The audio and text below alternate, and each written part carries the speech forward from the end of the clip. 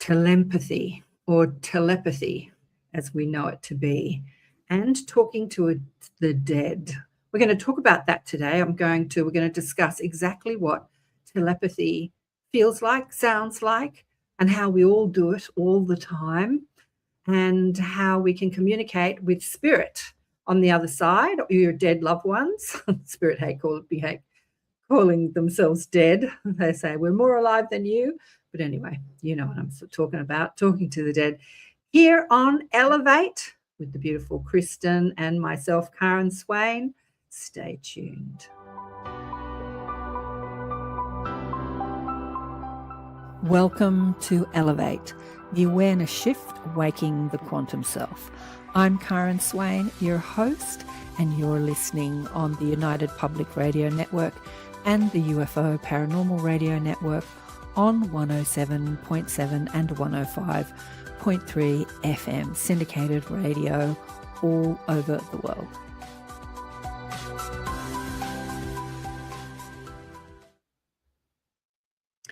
G'day, and welcome to another show, Elevating Consciousness, the awareness shift, waking the quantum self. Yeah, we're talking, it's a bit like a couple of people suggested on the last Third Eye Awakening show that we did a couple of weeks ago, Kristen, that we do part 2. And this is kind of like a part 2 of our psychic abilities, if you like, telepathy and third eye. When you get into the psychic realm, okay, I'm talking to the mob, but they're saying a bit like the physical realm. When we're using our physical senses, we're using them all together. Like we can focus on seeing and hearing and smelling. Maybe if you're smelling a perfume or food or something, you put your focus on your nose and say, that smells good, and you might shut your eyes. But they're all operating all together, all at once, right? Same with our psychic senses. And telepathy or telepathy, as Bashar, Darryl Anker's Bashar calls it, telepathy, is all part of our psychic senses, which includes that third eye awakening. Hey, g'day to the girls. Hey, Mish. So do you mind explaining telepathy? I haven't heard that Bashar explanation before.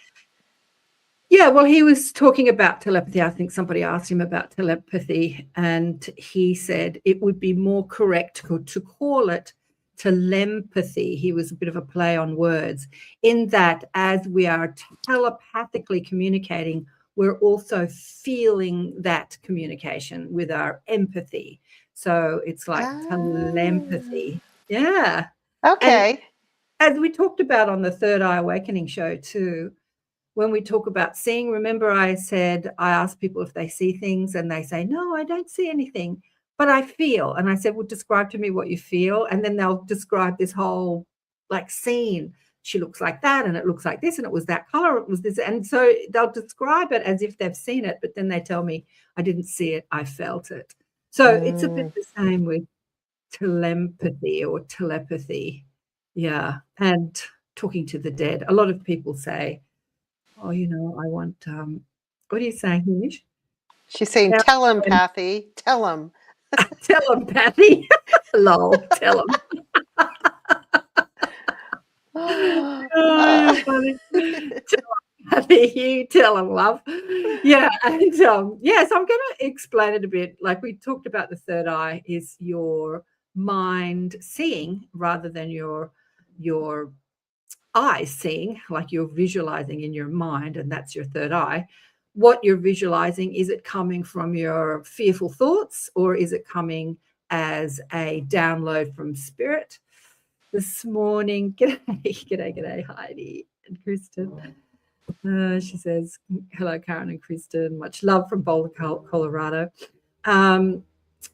Telepathy is the same. It's you listening to your thoughts and hearing your thoughts. And we do this all the time. Like we're thinking all the time. And we're not always speaking what we're thinking, but we're hearing or noticing our thoughts. Not everybody is noticing their thoughts, but usually Esther Hicks described this when she spoke about our emotional guidance system, which when I heard Esther Hicks say that over 20 years ago, it was such an aha moment. Oh, yeah. Yeah. Like we think emotions are there to torture us, feel good, feel bad. I feel bad. I'm feeling tortured. And she said, actually, it's your feedback loop. It's a feedback. It is like your sat nav of the vehicle that you're driving, called your physical vehicle. And it is an indication of the vibration or the frequency you are emitting. You feel it. So when you're having a thought that's in alignment with your soul's purpose, or even with your ego's desire, or just desire in general, like I want to feel good, I want to feel better, I want to feel fit, I want to feel happy, I want this, I want that, I want this. When you're in alignment with what you're asking for, you feel that alignment, you feel that frequency as good emotion. When you're out of alignment, when you've taken a wrong street, she's using the analogy of the sat nav. When you're taking a wrong street, your direction is to go one way, you feel that misalignment as negative emotion. So when you're wanting something and then you feel bad, you always notice, usually, not everybody. I did meet somebody who was so in his head he didn't even notice how he felt, but that's unusual. But most of us always notice how we feel. We might not always be aware of what we're thinking, but we'll know what we're feeling. And then you can use that emotional guidance system to like, I'm feeling bad. What am I thinking? Like, what am I believing? What is the thought behind the frequency, the emotion? Right. And when you were talking about that, like a feedback, it's like an echo chamber is what came to me, because it's just kind of bouncing back and forth off itself. And it just repeats. Yeah, that's so fascinating. I have this thing that I'm working on. I don't know what you call it, but it's just something I think about a lot. And I think, am I a soul inhabiting a body, or a body inhabiting a soul? And either way, it doesn't really matter. But I know that in this existence, I'm very much more aware, and I feel my body more than I feel or am aware of my soul. So I have to like work at and be intentional or focus on it, on what's going on with my spirit or my senses, my feeling, rather than this body and all its, and the echo chamber that it sits in is what it feels like to me. So, and so I have to work on it. Yeah, I've just had an aha moment to that inquiry. Okay. When I say aha moment, the guides were just talking to me then. Am I a spirit? Because we in the spiritual community, we say this all the time. I'm a soul inhabiting a body. I'm a soul first. I'm spirit first, body second. Right. And then you said, am I a spirit inhabiting, or a soul inhabiting a body, or a body inhabiting a soul? And the guide said, you are a soul inhabiting a body. Not the most correct words, but let's just go there for a linear mind, human mind understanding. Okay. They said, but we want you to believe that you are a body inhabiting a soul. And I said, what? I love that. Thank you, Mom. And I'm like, what? Because I have to say, every time I think about being a soul inhabiting a body, it's not that it doesn't feel like truth, but the other feels more true, right? Because we so identify with the body. And I said, why do you want us to believe that we are a body inhabiting a soul? And they said, that's the human condition. That's the human play. That's the human experience you've come to enjoy. You've come to experience. Because when you're outside of the human condition, as you are every night when you're sleeping and when you reemerge from, you finish this lifetime, you're more there than you are here. You understand the truth of who you are, and that's your permanent experience, but you want to come into the human experience to believe you are the body, to believe you are the human, the personality, the ego. That's the experience you've come to have. Okay. And I'm like, okay, but that's like where we get into a whole lot of trouble when we believe that, because we're in suffering. And they're saying, yes, and that's when you have the opportunity to wake up in those moments of suffering, or in those moments of feeling bad. You have an opportunity to remember that you are a soul inhabiting a body, and that's the enlightenment journey. And they're just reminding me, you can't have that journey when you're dead. You're omnipresent. You're in you're in that truth as your only truth. Sean put it beautifully when you had him on the show. He just used different vernacular. Like he said, I can't remember what he said. He said, when you're, in spirit, God's will is your will. That's what he said. Yeah. He put it more in that sort of religious. And thinking, for me, God is source, and source is in me. Yeah. And it's like saying I am God, but it's just a part of it that's in me, but I'm not God as in like I rule the world and the planets and everything. Yeah. Like not the sky daddy God, some people call it. Yeah, some dude sitting on a throne with a crown. Yeah. Doling out rules and regulations. Yeah. And it's when I have that connection, or when I'm tapping into that I am, I guess, telepathic, walking through this world, picking up on those things so much better. I guess we're saying like we pick up on it unconsciously all the time. But absolutely. This is what the mob are saying, irreverently called the guides, the mob, are saying we're all telepathic. We're all telepathic, telepathy. We're all utilizing telepathy all the time. It's just that we're not aware and we don't know how to utilize it. Like most of us suffer from our emotions because we see something we don't like, we get upset about it. It hits a conditioned thought form or a fear, if you like, that sits in our subconscious. This is unfair. This is unjust. Where in your life do you feel like you've been treated not fairly, and you feel like you've got injustice in your life?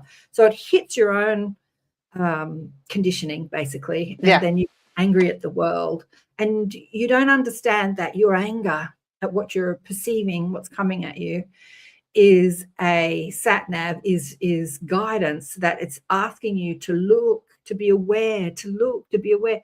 I remember, look within, look at what you're believing to be true. I remember when someone was asking Esther about coming to Earth and feeling that guidance and feeling that connection to source, connection to God, connection to wisdom, soul, higher self, heaven, whatever you want to call it. And they said, surely there could have been, like, we feel so lost here on Earth and we're all in our drama and our emotions. Surely there could have been a stronger way to feel more connected to source. And she said, what is stronger than your emotions? Seriously, like, sledgehammer, like, what is stronger than how you feel? Like, that is your guidance system. That is guidance, right? Yeah. And that's so funny because honestly, I was having a conversation with a good friend today about that, like just about emotions in general. And emotions are discounted so often, especially like men are told not to cry, and then women, when they get emotional, they're being irrational. And I just call it passionate.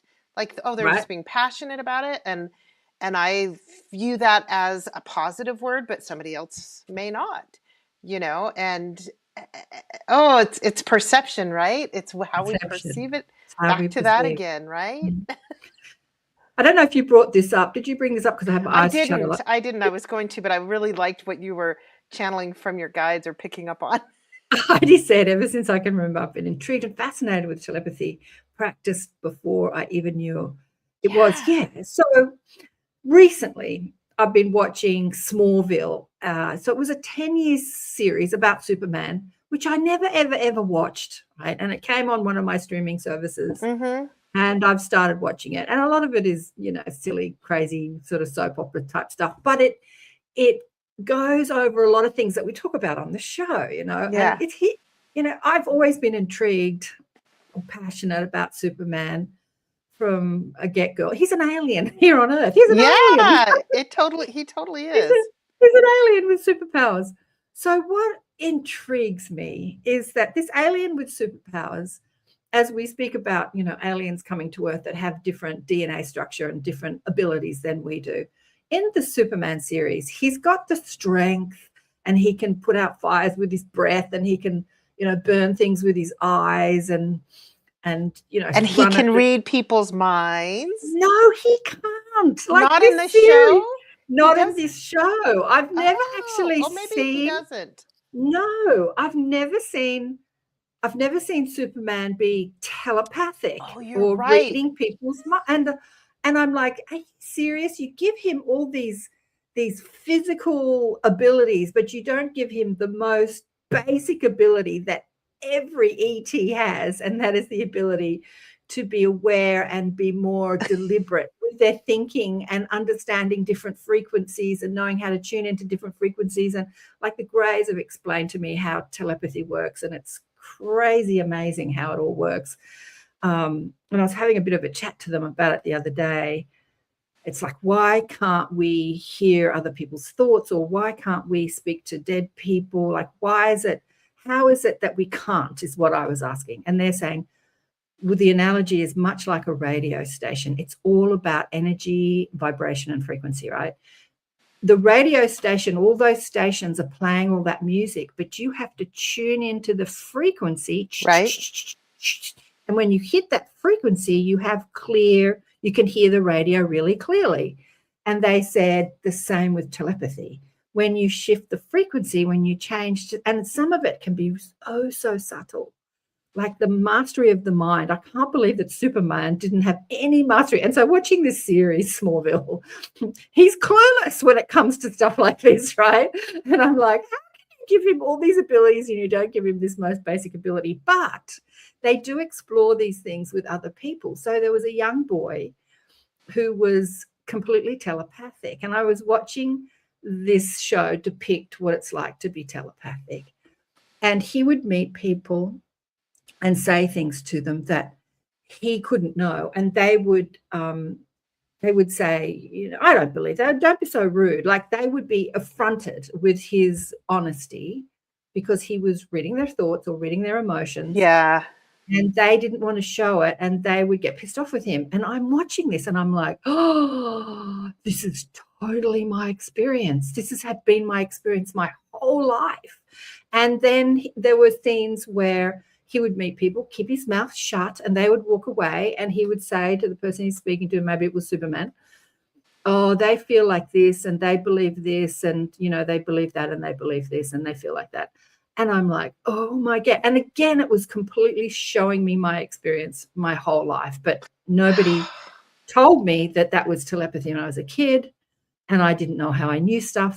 Yeah. And then people would get pissed off and angry with me because they didn't want to be revealed. I don't feel like this. That's not how I feel. Like they try to hide it.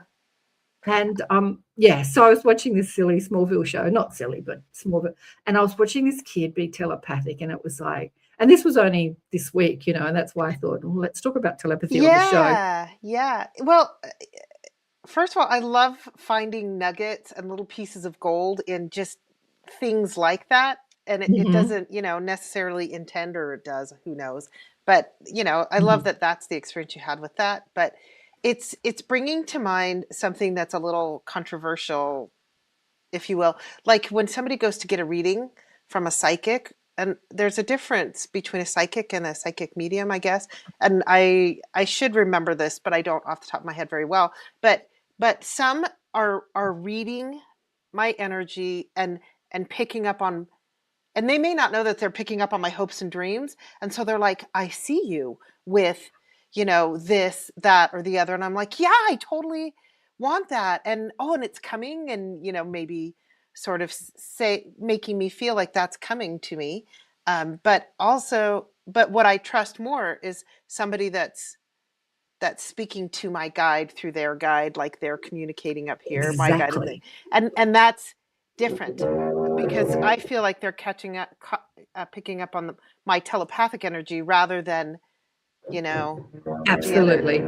Absolutely. I'll tell you a story. When I first started on radio, I started with a friend who's a working psychic. So she's like many working psychics. She would sort of predict the future or tell you about, I see you're renovating your house. And she would tell you stuff you already know. And people would walk around going, oh, that's so amazing. She's so amazing.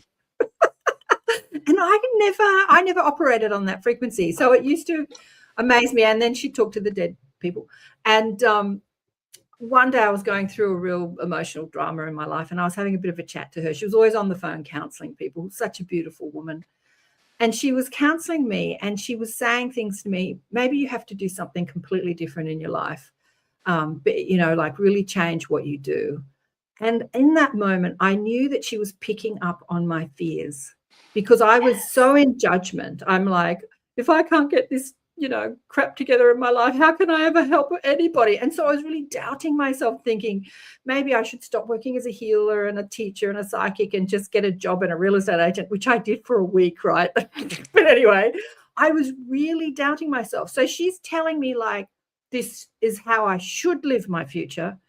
And in the moment she was telling me, I knew immediately that it was not my future, but it was my fear talking. Yeah. Which this is what a lot of psychics do, right? They read your energy field, like the dominant thought forms in your energy field. But like you said, they're not speaking to your soul or your higher self or your guides and, having that conversation, which is Right. where you went, which is what the majority of working psychics do. They call themselves psychic mediums. They don't call themselves channelers. More people that call themselves, not that labels define who you are, because it's sort of foggy territory. Yeah. But Well, and that's why evidential mediums, I think, are more accepted sometimes. Like Suzanne Giesman, like she'll sit down for a session. People like her will sit down for a session with a client, and they'll, be communicating, and they'll get like, something like, you're wearing today a piece of clothing of, your husband who passed away, which I am right. today, actually. And Yeah. and you wouldn't Yeah. know that through a Zoom call, what I'm wearing, and and they would describe it, and then I'd be validated, and then I would be assured, okay, so this person is doing the psychic reading, not the telepathic reading my mind and my energy field Exactly. kind of. Well, what they're saying about Suzanne is because she came from such a regimented military Yeah. logical background, the evidential medium was a part of her journey. And in the beginning, that's where she was. But as she's advanced on her journey, they're just applauding her. She has tuned into that higher perspective, that soul's perspective. And so Yes. she has the ability to move between frequencies, because it is an adjustment of frequency. I'm so used to talking to the mob, which is a totally different frequency, different radio channel station, to talking to people that have just passed over, that are in maybe an astral form, an astral realm. Some NDEs have called it the place between heaven and earth. Yeah. That place where you go to acclimate, to drop all your memories of being human, and to remember that you are omnipresent, that you're a spirit. And like there are those, and that's where a lot of mediums go to speak to dead people, so they're still quite identified with the personality identity of who they are on earth, which is what people on earth want. When they speak to their father or their lover or their husband, they want to speak to the identity that they had the relationship with, and not like even Esther said this about Jerry when he died. I don't want Jerry to merge into the infinite that is Abraham, that I understand as Abraham. I still want Jerry to be the Jerry that I knew on earth, and have that connection with that personality and that feeling. And he said, yeah, we can do that. Yeah. I it's interesting because part of this is communicating with the dead. So when my late husband is around, I just feel all the, like, and I say feel because that's what it is. I'm picking up on, or I'm feeling him as he is now, a being of light, a being of love. And just It's all, but his personality is there, but it's all those best parts of his personality that I loved. Sometimes when I'm just going through like a grieving moment, which is very human and I feel is very natural, I'm caught up in the, struggles that we had when we were married, fighting over little things and stuff like that. And that part of his personality. And I know he's moved beyond that. And so I do love it when his presence is around, because I get just the best part of his personality and the best part of Andrew, Right. Yeah. Exactly. So I want to ask you some questions about that, but I'm just going to share what Mish is saying. Yeah. I've been feeling lately that our body has a fraction of our soul here. The core is in the higher self. Yes, making sense to me at the moment. Yep, you got it, Mish. Yeah, beautiful. We send a stream of consciousness into the bodies that make up the physical vehicle, but the bodies incorporate the etheric, the astral, causal. Like there are many different levels of what makes up the energetic frequencies of what makes up the physical body. And when we die, we can move out of the physical vehicle, which is just another energetic vehicle that we perceive to be solid and real, into an astral vehicle, and that holds all our memories and our identity. And that's who a lot of psychics can talk to. And there's the etheric vehicle of the physical form, where healers can go and work in the etheric energy to adjust the physical, because it manifests first in the energetic structure before it manifests in the slower, more physical structures. But yeah, so we send a portion of our soul, if you like, higher self, into this experience. That's why I feel I can live in so many paths at once. Absolutely. And then Absolutely. she thanks you for your explanation. Yeah, and that's what we mean as multi-dimensional. But as the guides just revealed before, when you said, am I a soul living in a body, or a body living in a soul? And they say, we want you to believe that you are a body with a soul rather than the other way around, because that's the experience you've come to have. So we're going back to me feeling like I'm cheating when I'm busting through that? Yeah, which is kind of cool. It's kind of cool. As we spoke about last week with Ananda Mayama, she was completely that guru in India who was completely identified with who she is as spirit and not body. And again, when we were talking about her last week, the guides were saying, that's the experience of one, not of many. I mean, that's an experience that someone has come to show us, but it's not, she's not saying everyone needs to be like me. And in fact, she never said that. She never, ever said that. You need to be like me, nor did, Jesus or any of the spiritual teachers who have come to show us who we really are. Mm-hmm. Jesus did say, you can do all that I have done and more. He didn't say, you got to be like me. He's like, this is what's possible. Like, this is what it might take you 1,000 lifetimes to get there, but this is what's possible. Like, this is possible. Yeah, if you choose it. And so getting back to telepathy. So we're all thinking all the time, and we can be more aware of our thoughts. And it is the different frequency of the thoughts that allows you to distinguish the thought that is connected to your fears or your judgments or your criticisms of others and yourself, and the thoughts that are coming from your source or your soul, or another person. But because the vibrational match, like a lot of empaths suffer because they feel the pain of other people, and the guides have always said, you can only really feel the pain when you're a match to that pain. So yes, you're feeling their pain, but it is a part of your pain. So when you're not attached to it being a part of your pain, you can be aware of the energy or the thoughts or the emotions of another and not suffer in any way. So they're saying telepathy works better when you're not in judgment.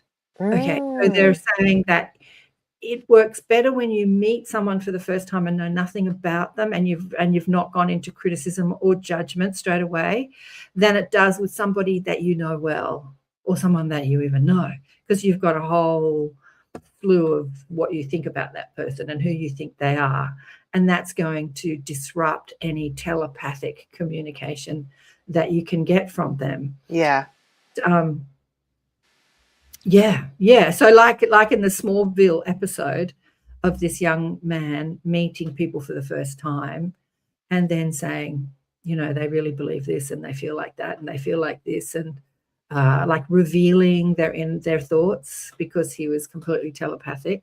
It works sort of better like that until you're more attuned to the different frequencies. You can understand the subtle energy. Yeah. You can Can I distinguish which is your thought and your fear. You can distinguish it from what you're picking up. Yeah, go on. Well, I wanna ask a little bit about tuning like that, because um, my experience with that, because I've been doing this for many years. You just like shook your head at your mom. Did they just tell you something? Yeah. What they tell you? I want to hear. I'll ask this in a minute. Oh God, I've got it totally gone because I was listening to them and then I went back to listening to you. You said I want to talk about more attuning. Yeah. Well. And what did they say? They said they just repeated something that we'd already been saying. Okay. What did they say? They said judgment, judgment, judgment, judgment, judgment. Like Okay. when you live outside of judgment and criticism, then you can be really aware of how others feel and what they think. Okay. Yeah. Okay. I'm just going to finish this thought. I'm thinking of the telepathy tapes because I always go back to listening to the kids that are on the spectrum, but they're non-verbal and they're not really living in the world like we're living in the world. And a lot of them don't even know how to have control of their physical body. There's apraxia, I think she called it, and they're okay. So they're saying because of their condition, they're so outside of judgment of others because of their condition. But anyway, go on. What were you going to say? Okay, so I want to put this into practical use, because I feel like I'm learning something here that I can take into the real world, right? Outside of this little studio. So I come across somebody and maybe they're going through something and I'm going to want to help them, or I can sense maybe a loved one of theirs is nearby that's passed over something. So I'll drop the judgment, drop the fear, and then I have this thought form for myself that I get to tune into their frequency, but like I don't know what frequency they're at. And so I feel like I'm uneducated on, is it like, 1783 hertz that they're at? Do I need to turn to that? Like that's me. I get technical, but maybe I can just say, all right, match my frequency with theirs and be open to that. Well, you don't even have to say that. What the guides are saying, you Uh-huh. can if you want to. If that works for you, they're saying go for it. Don't make them wrong, Karen. But what the guides are saying, especially when you work as a healer, as you do, whenever you have the intention to be there for somebody else, instantly connected. Connected.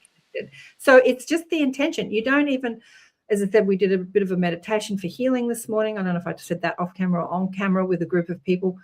And as one of the facilitators was going into, do this, do that, think this, let's do that, the guides are just saying so unnecessary.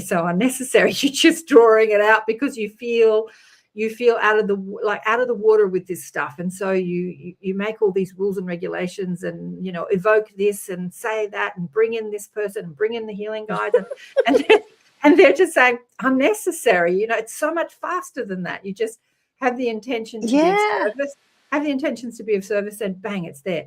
And when you're talking to strangers, when you're aware of who you are and what you can do, it just you don't even have to tune into their frequency. Yes. Okay. Michael Tamora. Thank you. Michael's here. Hi, Michael. Oh, hello, Michael. I love you. I had this discussion with him on the show.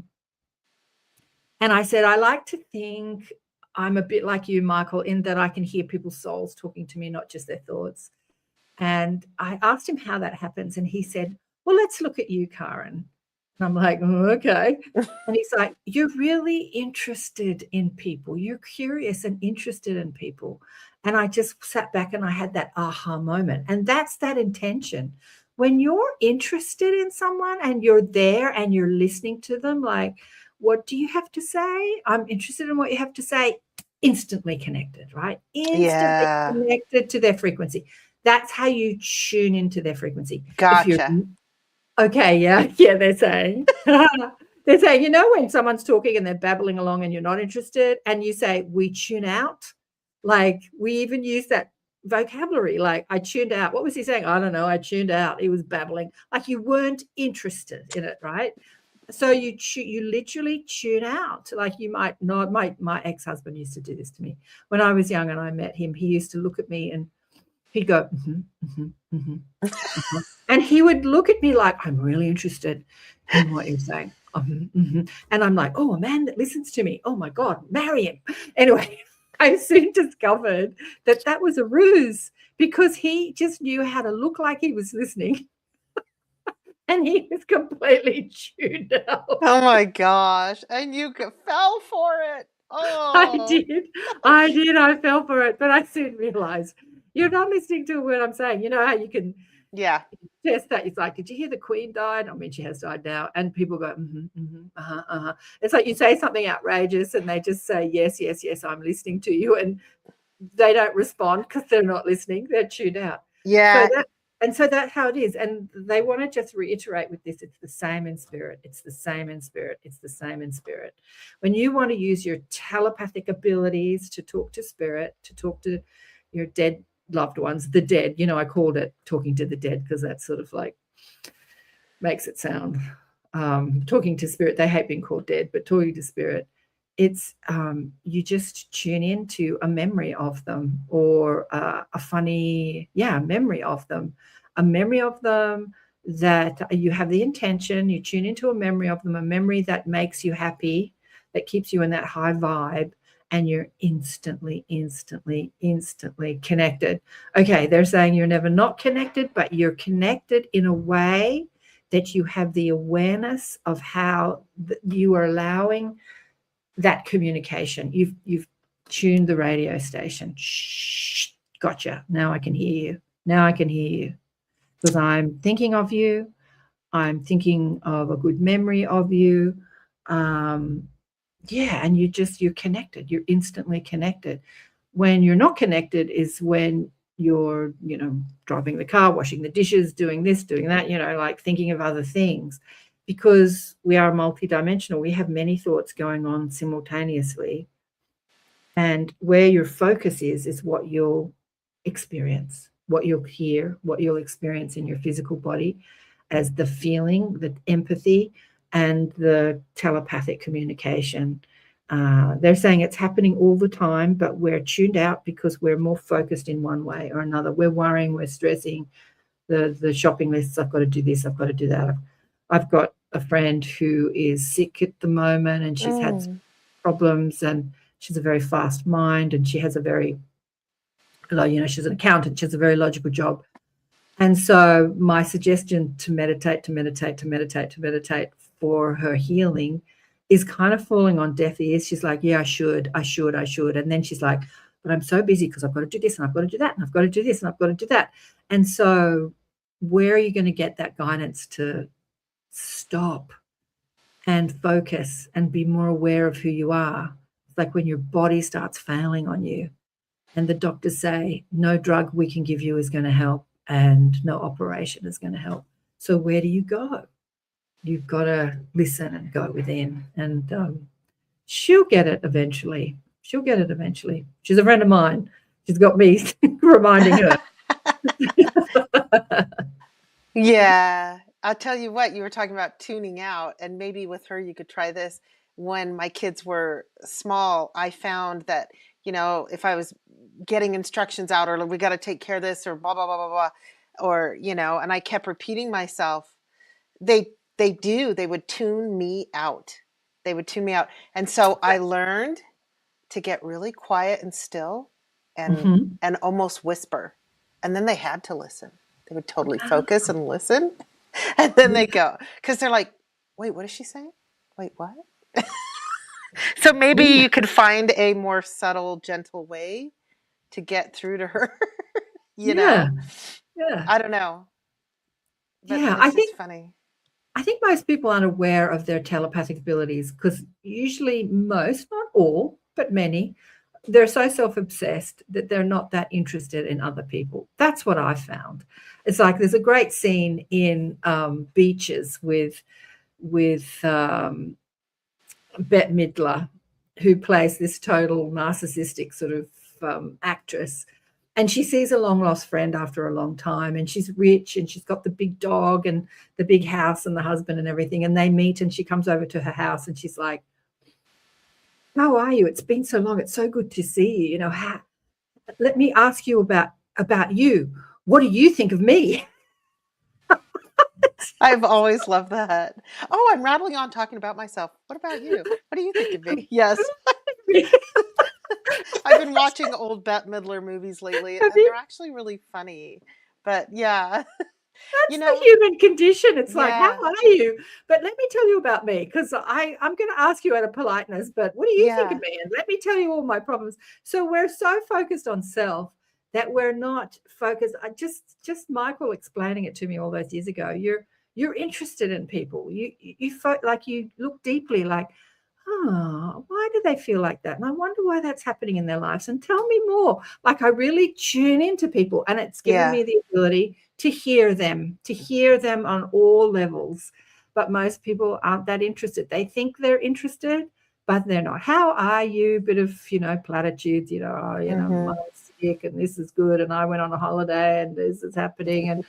And yeah, and they're not that interested. So it's Yeah, that interest that tunes you into their frequency. yeah, So when people die, and maybe you haven't been that interested in them while they were alive, but now they're dead, like you're really interested in them.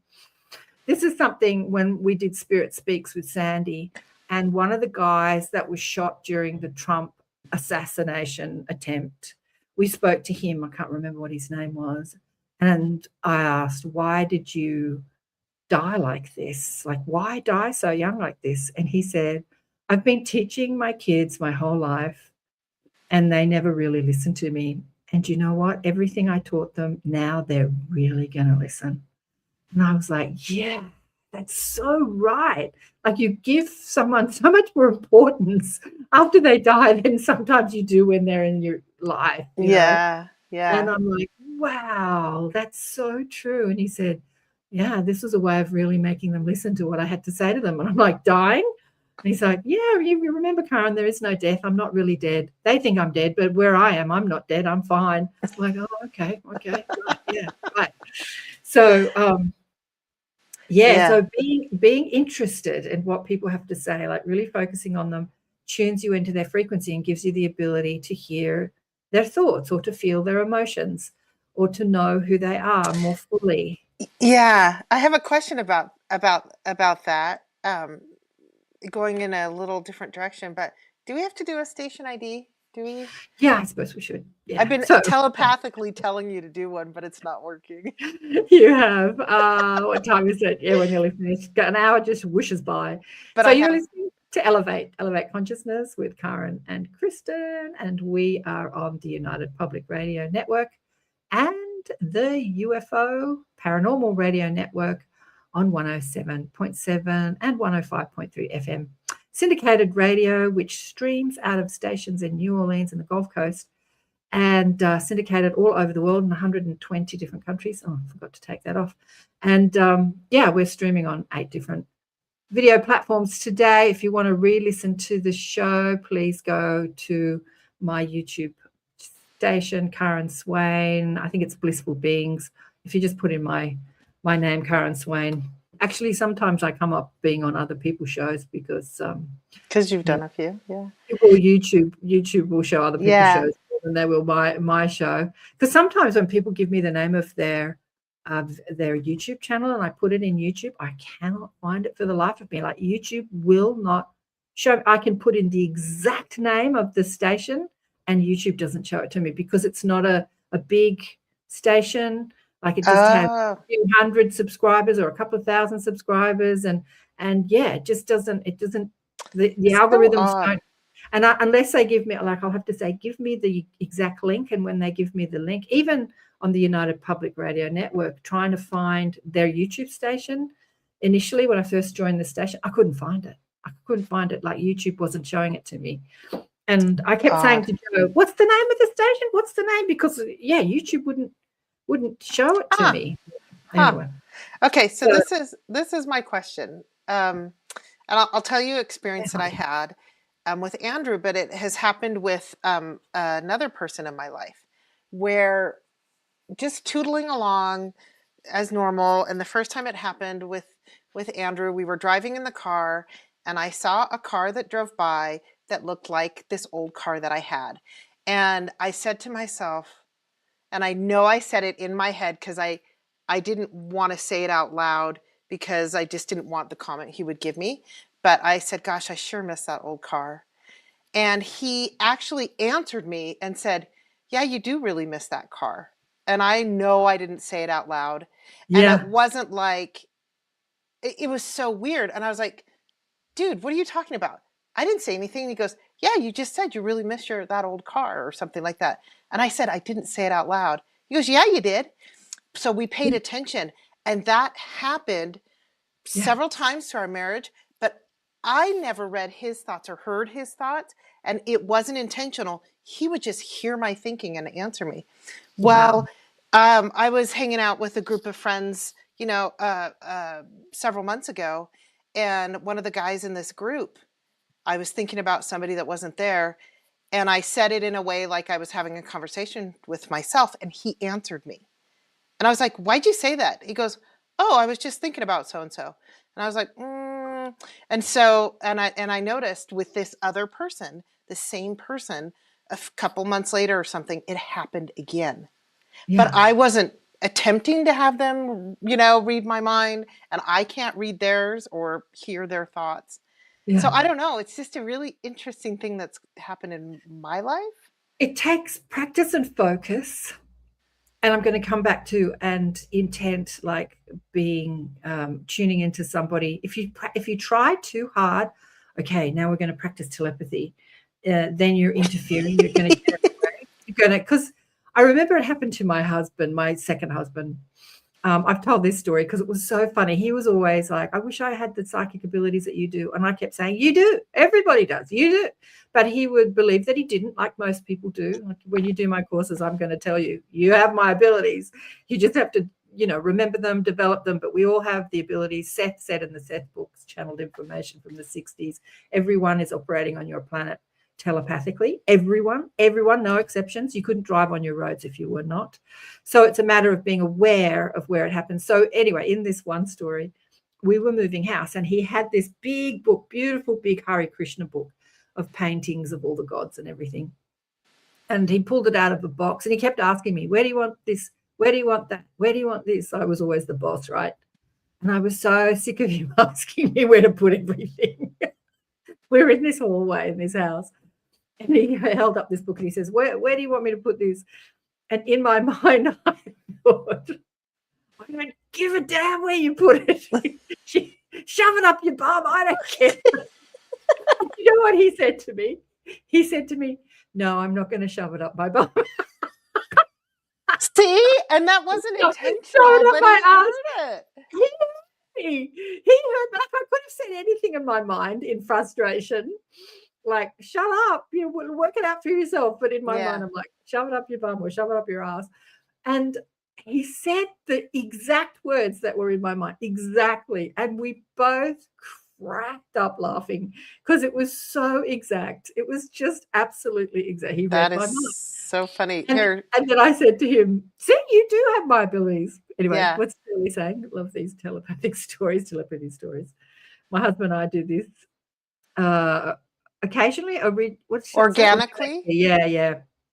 But have not tuned in to do this with each other. My daughter and I have always been tuned in. Now we laugh about it and just enjoy it. Yeah. So people that you are closest to, that you're not in judgment with, that you do have interest in, like daughters and husbands and family members and sons and things like that, you do have that stronger connection because you are interested in them. You are interested in their well-being. So you have that stronger connection. So you're tuned into them. You're tuned into their energy. Yeah. Okay. So this just dropped in on me. So I'm going to share it. So the reason why, when I'm focusing and really intentionally tuning in and trying really hard to do it, it's because I think I can't do it. So that I have to do it. But when I'm not thinking I have to do it, it just happens. Because I really can do it. So I am. Oh my gosh, that's so funny. that, me tuning in, working really hard to tune in makes me say, I don't know how to do it and I have to work at it. Right. You reminded me too of this, YouTuber that I follow, Constance Mesmer is her name.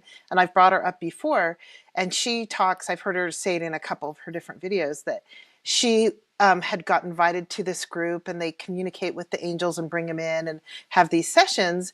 And she went to their group and they sat in their circle and it was lovely, this little intention, and they had some kind of prayer or something that they said to bring the angels in. And she Right. was laughing to herself like, that's so funny because they're already here. They're always here. Exactly. Like, why Exactly. are they going through all these motions to I bring know them in? exactly.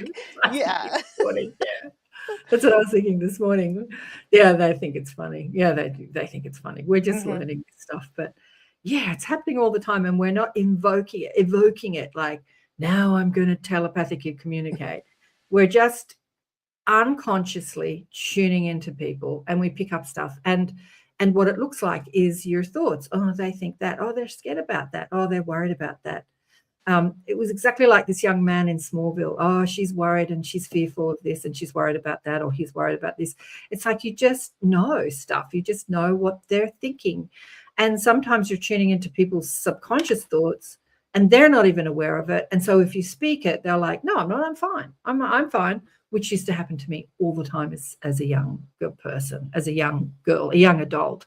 I would hear what they really think or really believe, and I'd say it, and people would walk away or make me wrong. And I was always constantly judging myself for, a Libran. I'm a Libran, and I wanted people to like me, the nice side. Everyone needs to be nice to people. And yeah, it used to frustrate me because I didn't know what was going on. Yeah. I didn't know what was going on. But telepathy, we're all doing it all the time. I think we've got a long way to go to be as good as, especially like the kids in the telepathy tapes, who have really honed that ability. Or, okay, the guides are saying they haven't honed the ability, they haven't forgotten that they have the ability. So we have the ability, and we forget, and we say, we call it woo-woo, and we can't do it. And, they make a 10-year episode of Superman and they don't give him telepathic abilities. It's like, how can you spend 10 years making a series about an extraterrestrial that has superpowers and you don't make him telepathic? Okay, so when you first brought that up, and I'm like, no, he could read your mind. And you were like, no. And I was remembering why I thought that. And it's so funny because the old movie with Christopher Reeve, Lois Lane, there's this series after he flies her all over, or when he's flying her all over, and she sings this song, and it's can he read my mind? Does he know what I'm thinking? And she was actually like, he can't. He can do all these things, but he can't read my mind. Wait, what? Yeah, I know. So I think that's how, talk about psyops, we did the psyops. This is how they've dumbed down our innate ability to do this. Like with the Hollywood, like all the screens are telling us that, you have to be special, or even an extraterrestrial can't do it. It's like you have to be something, I don't know, like they've just conditioned us to not believe in our own telepathic abilities. And as Seth said, you're all operating telepathically on Earth. You couldn't drive on your roads if you were not. But it's the awareness of it. So being aware of how you're feeling is that empathy, that emotional guidance system. When you're communicating with somebody, how are you feeling? How are you judging them? Are you like, you don't want them to waste your time? Are you busy and you need to go? Or are you present and with them in the moment and interested in what they have to say? Then you're tuned in and you can receive those telepathic messages. And as I say, if you work as a healer, that's exactly the space you're in when somebody comes to you. I just, these days I sit and I just talk to the mob and I'm like, what is it that you want them to know? I just talk to them. Like I'm just in that constant telepathic communication with my guides that I call the mob, and that encompasses their guides. There's no distinguishing between your guides and my guides. It's just guides. So I'm tuned into that frequency, that frequency of guidance what is it that you want them to know? And I let people talk. They like to talk about their problems, blah, blah, blah, blah, blah, blah, blah. But half the time I'm listening to them, not listening to the complaint that's coming out of somebody's mouth. They'll be complaining about something and I'll be sort of like, what does she believe to be true about herself and life? And what is the subconscious programming that's creating this fear or this thought or this problem? And so I'm asking questions and receiving answers all the time. So I'm having that telepathic communication with the mob. But I do look forward to the day that I can sit next to someone and have a complete conversation mind to mind, like I do with my mob, because so far in this earth experience, I haven't had that experience. So I do look forward to that day when I can sit next to somebody and have a complete conversation mind to mind. Yeah. Yeah, I'm with you on that one. That sounds Yeah. amazing. Yeah. Yeah. I haven't done that yet. A few years ago, what's Shirley saying here? I asked my young grandson to say hello to my mum next time she came to him. He said, "Tell her yourself, she's right there beside you." Oh, that's right. She has this beautiful grandson that's Yeah, he's really totally in tune. Yeah, he's tuned tapped in, turned on, tuned in, Yeah. turned on. Yeah. Yeah, Oh, yes, like the telepathy kids can do. Yeah, to each other, mind to mind. Yeah, me too. Authentic chat. yeah. I mean, we can set that up with people. We can play and do those. We've done it in the inner sanctum too. Mhm. We've done little exercises where somebody's holding something and then we all tune into it and what it is that they're holding. I'll never forget Brad holding the glasses, eyeglasses, and what I got was I can't see anything. I can't see anything. I can't see anything. And so I thought it was my inability to see, but actually it was guided saying, "Their glasses, Karen." So Oh my gosh. Yeah. so the communication doesn't come as obvious sometimes as it does when you're looking at something. It can come in ways that it's not that obvious. But Yeah. again, Yeah. stay One of curious, the ask questions. Go on. Yeah, I just was going to say, just in my day-to-day, being the the spiritual being in this body or reverse, whatever, when I'm just coming up against people and we're communicating and I want to know what the real message is that they're trying to say, or I want them to know that I can hear them and pick up on them. I actually tune really into my throat chakra because that's the chakra of communication, like ears, nose, throat. Like I just kind of, am I listening? Let me listen with this part of myself.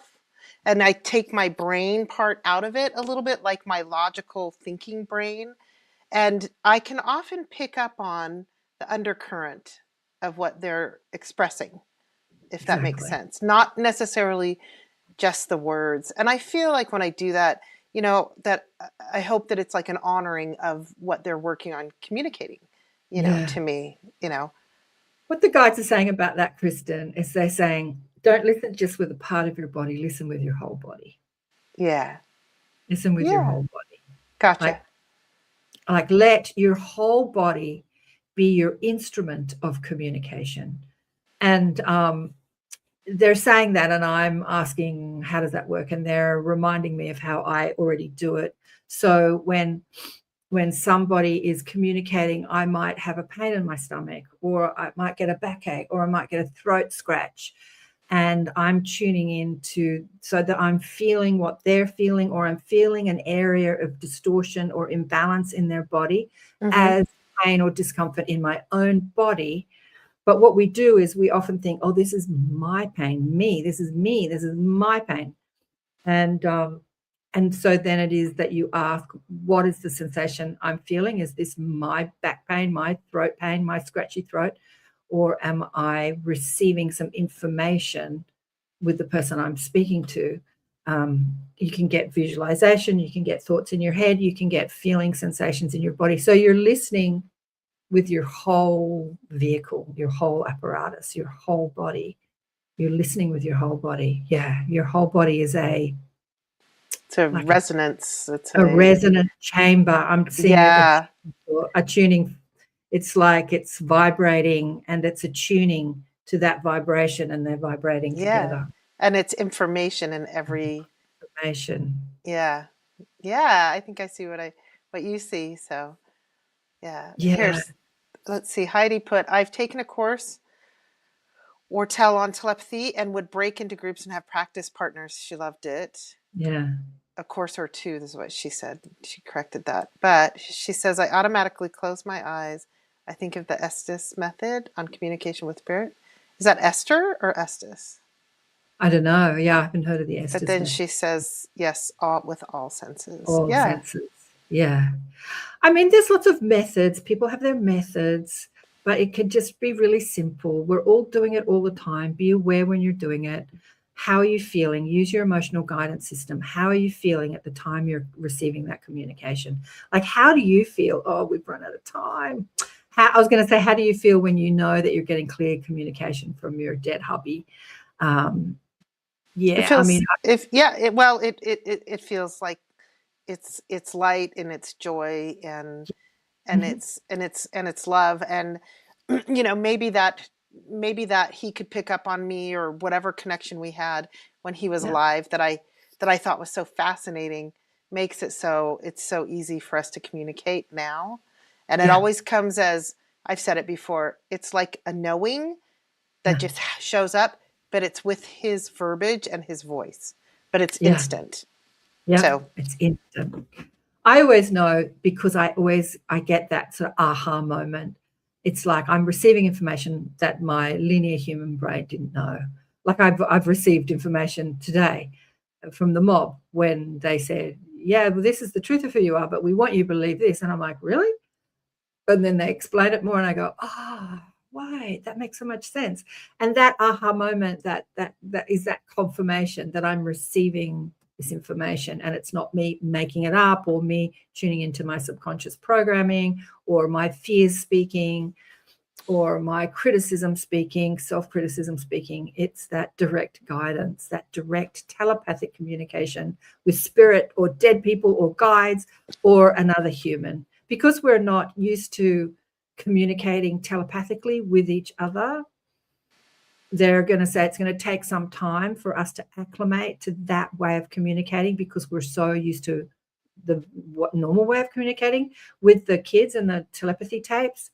Because they can't communicate verbally, their default setting is the telepathic communication. Fascinating. And the guides are saying, oh, we've run out of time, 2 minutes over. The guides are saying, before we learn to speak, our default setting is also the telepathic communication. Of course. Until we learn a different way. So, Anyway, I look forward to the day where I sit next to somebody and have a complete conversation, mind to mind, where I know that we're communicating like I communicate with my guides. I look forward to a physically focused human being. Anyway, big love to you, darling one. Thanks for always being there and having these great conversations. And thanks to everybody who showed up. I have to say, it's the Elevate shows for the live listeners are getting less and less. There's only been about a dozen people. 13, just went up to 13. But no way out of time already. What's she saying? Beautiful love to you, Shirley and Mish and Heidi and all the regulars. Thanks so much. And we'll find something else exciting to talk about next week. Let me know if you have something you want to talk about. And also let me know if you, after this conversation, you have a really visible conversation with someone in spirit, somebody that you've lost. Like, focus on them in a loving way and just imagine what they're going to say to you. Feel it in your body, how that communication feels, and write in the comments, what they said to you. And don't worry if you think it's wrong. Just put it in there. It's like, they told me they love me, but that would be obvious, wouldn't they? Well, that's what people say. They told me they love me, but that would be obvious. So maybe they are telling you, they're sending love. Let me know how the telepathy goes. Big love. Thanks, honey one. Thanks, Kristen. Catch you next time. Bye, y'all.